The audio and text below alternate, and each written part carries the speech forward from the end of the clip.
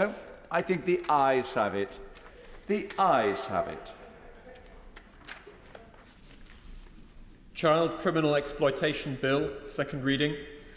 Now. Objection taken. Second reading what day? Friday the 15th of March. Friday the 15th of March. I beg to move that the House do now adjourn. The question is that the House do now adjourn. Elliot Colburn. Thank you, Mr Deputy Speaker, and it's a pleasure to have the opportunity to raise my local hospital, St Helier Hospital, once again, and of course the delivery of a new hospital in the London Borough of Sutton in this House. Now, a rudimentary search of Hansard tells me that I have mentioned this over 24 times, so I'm grateful for the House indulging me once again. And indeed, it was just 1 week last year that I had an adjournment debate on a similar topic. Now, Mr Deputy Speaker, I committed a year ago, and indeed far beyond that, that as soon as the new hospital is built and St Helier is upgraded, I will stop banging on about it. And I can reconfirm that commitment here today. Now, St Helier Hospital is, of course, not just close to my heart. Indeed, it does have a long history. It has been a vital part of the community long before it saved my life, long before it saved the life of my family and my partner in recent years, long before the new hospitals programme, COVID, or indeed before I was born. In fact, as I've said in this chamber before, this hospital is actually older than the National Health Service itself. It opened up in the early 40s during the Second World War, and soon after opening it was bombed in an air raid, but also remained open and operational. It has served generations of our local community, including my own family. Now, I've seen both through my constituency work as a Member of Parliament, but also as someone who used to work for the NHS before I was elected, the fantastic work that the hospital does and that the Epsom and St Helier Trust and indeed the wider NHS do. So I would like to take this opportunity to place on record my sincere thanks and gratitude to the fantastic NHS staff who do such a fantastic job at keeping my constituents healthy.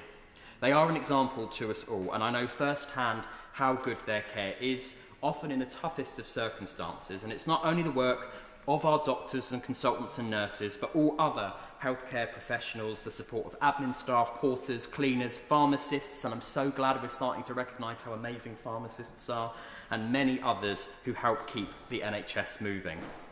Now, I mentioned earlier that I never miss an opportunity to mention St Helier, and indeed the first mention of it was in my maiden speech, in which I praised the government's commitment to over £500 million worth of investment in the hospital and to build a new hospital, and I would like to do so once again today. Before being elected, I campaigned on improving healthcare during the last general election, including to protect St Helier, but also to build a second state-of-the-art hospital in my borough. And I am thrilled that despite what some people might tell you, that it was this Conservative government that is delivering on this vital project. And the lack of recognition of the work that has been done so far by some is appalling. They should be supporting any positive progression in our local healthcare. Our staff deserve it, our patients deserve it, and my constituents deserve an improved St Helier hospital that's going to continue being there for them, and indeed a second brand new hospital to deal with the most complex cases.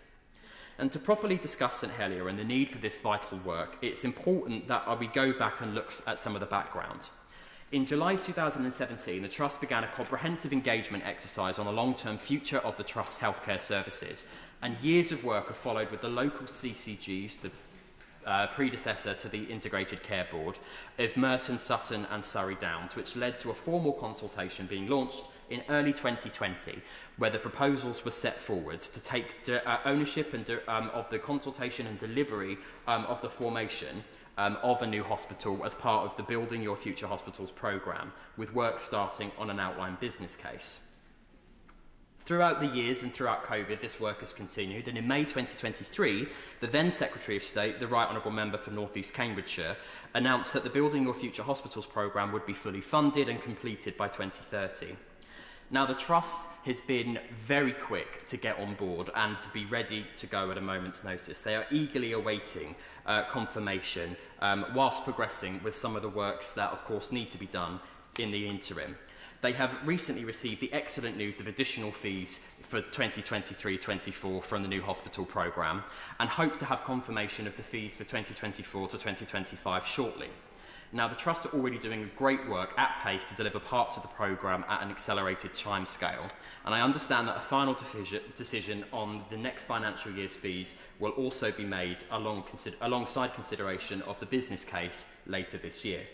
Now, I join with the Trust in hoping that they are confirmed as part of an early cohort of schemes because they have already demonstrated significantly how ready they are to go.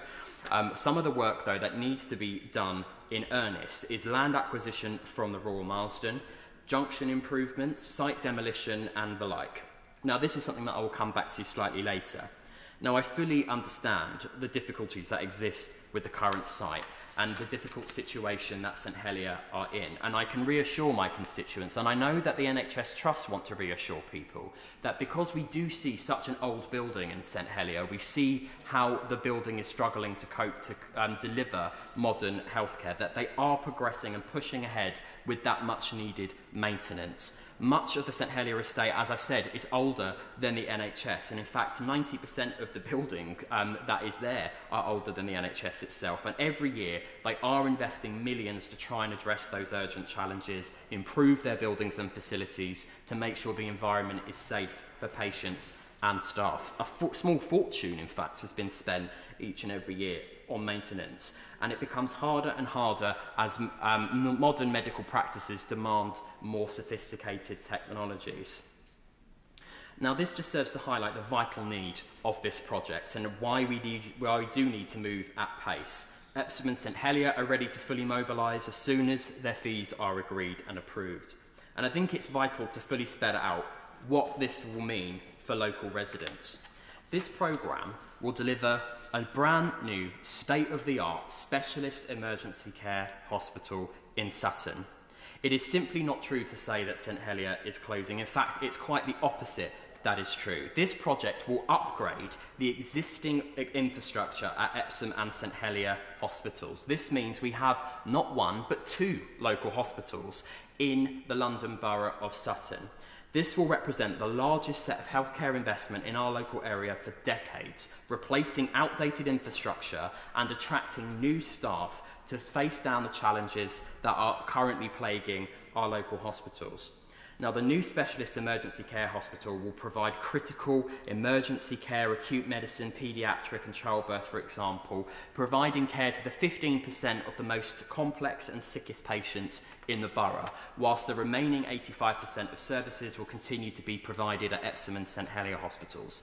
This means that despite all the opportunities there have been in the past, where other governments before we came into government considered closing St Helier Hospital, not only that, but getting rid of A&E and maternity, we finally have a plan that keeps all of those services within our borough. And now I will say once again, for the benefit of those listening, that this is a brand new hospital in our borough alongside a new and improved St Helier Hospital. This is incredible news for local patients, but we do have to get on with it. There has been some incredible work done already to try and prepare the site at Sutton. That work is ongoing, and there has already been work done, including the recent refurbishment of B and C block at St Helier Hospital as well. But I think nothing could put it better than a recent CQC inspection of services at Epsom and St Helier, which highlighted how difficult the infrastructure is for the patients who get cared for there and indeed the staff delivering it. It recognised the need for this investment in the infrastructure. I'm glad the government has met that commitment, but we do need to be able to allow the Trust to move as quickly as possible because they're ready to go, they're raring to go, so we have to meet their ambition. And I would, of course, like to take the opportunity to invite the Minister, who's in her place, or indeed any Minister or Secretary of State from the Department of Health and Social Care to come and welcome the Trust, or look at the site in Sutton and see how excited they are and just what amazing plans they have. Now, my right honourable friend, the Prime Minister, confirmed at the dispatch box just last June that the government was fully committed to the new hospital programme, and I quote, that the department is working closely with the Trust to make sure that we can progress work as soon as possible, and we do expect the new hospital to be delivered by 2030. And I would very much like to receive that same reassurance repeated today. The Trust have been working within the constraints of what they can do so far, but as I want to keep repeating and hammer home, as I bring my remarks to a close, is that they are ready to go at pace. They really are ready to go at pace, and I sincerely hope that we can match their ambition. So I hope that the Minister could update me, or perhaps when she is in a position to do so, write to me, confirm when the 2024-2025 fees are to be announced, which are so fundamental to the preparatory works that need to be done to deliver the new hospital, and indeed that those fees will be substantial enough to fully allow the Trust to move at pace as they are ready to begin delivering these projects. The Trust are so excited, I'm so excited, and my constituents are so excited about what this means. I cannot stress enough, Mr Deputy Speaker, how many occasions there have been in the past where there's always been this big question mark over the future of the hospital, at least the future of our A&E and maternity services. We now have a plan that was developed by our NHS colleagues and funded by this government to prevent any of that from happening. In fact, it's the largest investment in our local healthcare that we have seen in decades. The Trust are so ready to go.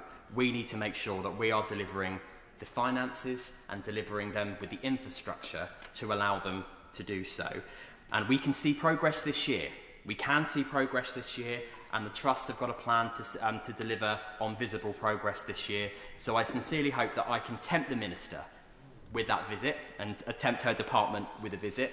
And I look forward to continuing to work. And I have to say how well and how constructive the department has been in working with me and with my neighbouring colleagues to speak about how much we really want to see this programme delivered at pace. So I do thank the department for that, and I hope that the Minister can give me some good news that they are equally as excited to make sure that this project continues to go at a very quick pace indeed. Minister.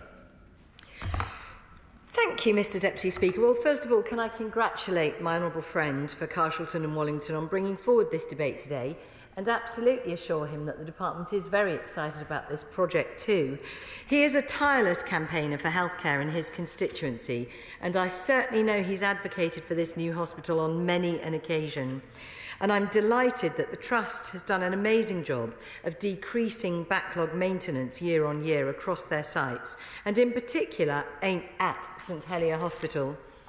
We are working closely with Epsom and St Helier University Hospital's NHS Trust on their plans for a new specialist emergency care hospital in Sutton as part of our new hospital programme.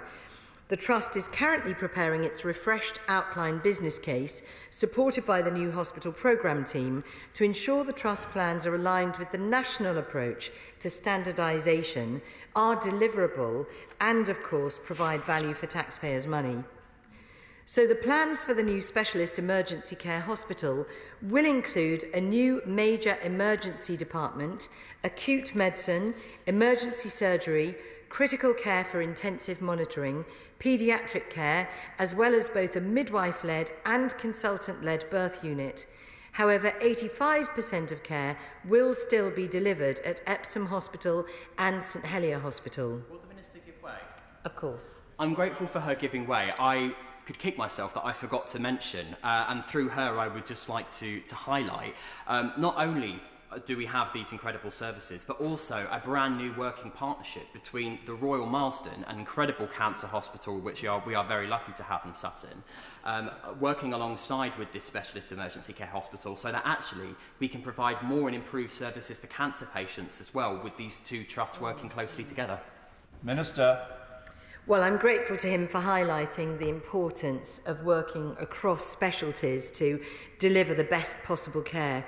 And I'm delighted that the Trust continues to work collaboratively with the programme on the development of designs for their new hospital scheme, following our national approach to standardisation, Hospital 2.0, which is where we will see the most benefits through economies of scale and efficiencies through a national approach. So by the end of 2022-23 financial year, the scheme received over £23 million in development funding. This funding has supported the Trust with activities to prepare for main construction, including vacation of blocks at St Helier ready for demolition, and a new electronic patient record system that will be implemented next year. In the current financial year, we've released over £1 million in fees to support the Trust in the development of business cases for early works that will prepare the site for main construction. Part of this funding is for a programme of demolition and groundworks to prepare the Sutton site, which we expect will start later this year, as well as ensuring vital utilities are available at the new site, including power upgrades and junction improvements. And I can assure my honourable friend that ministers are committed to keeping him updated as further funding is released. I'm pleased to note that the Trust received additional funding from national programmes in recent years. So £7.3 million was allocated for the relocation of services from the new Epsom and Ewell Cottage Hospital and the Poplars to Epsom General Hospital. The construction is complete and has been patient-ready since August 2023. Previously, the Trust received £6.1 million for A&E upgrades works at both hospital sites to improve flow through emergency departments by increasing A&E capacity and capability. And, Mr Deputy Speaker, if I may take this opportunity to provide an update more generally on the new hospital programme and the ambitious work it has been undertaking.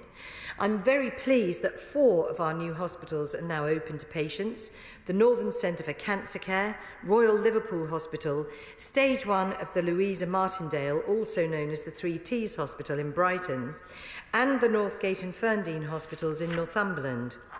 A further 4 hospitals are expected to be open by the end of the next financial year, including Salford Royal Major Trauma Centre, Dyson Cancer Centre, National Rehabilitation Centre and Midland Metropolitan University Hospital.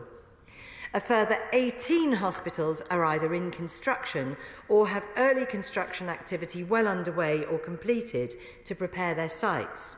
This includes surveys and crucial work on non-clinical infrastructure, such as energy centres, demolition and car parking. The programme will deliver facilities that are on the cutting edge of modern technology and are engaging with clinical staff to ensure we're providing them with a better working environment, enabling increased efficiency, promoting staff well-being and improving retention. So in conclusion, Mr Deputy Speaker, I do thank my honourable friend for his continued engagement on his new hospital scheme. I know my ministerial colleague with responsibility for the programme, Lord Markham from the other place, is arranging to meet with my honourable friend along with other colleagues to discuss all of the new hospital plans in more detail. I appreciate how tirelessly my honourable friend campaigns for his constituents, and I do want to assure him we are committed to delivering the new hospital for Epsom and St Helier University NHS Trust by 2030. Thank you. Thank you very much. The question is that this House do now adjourn. As many as say aye. Aye. Contrary, no. I think the ayes have it. The ayes have it. Order. Order.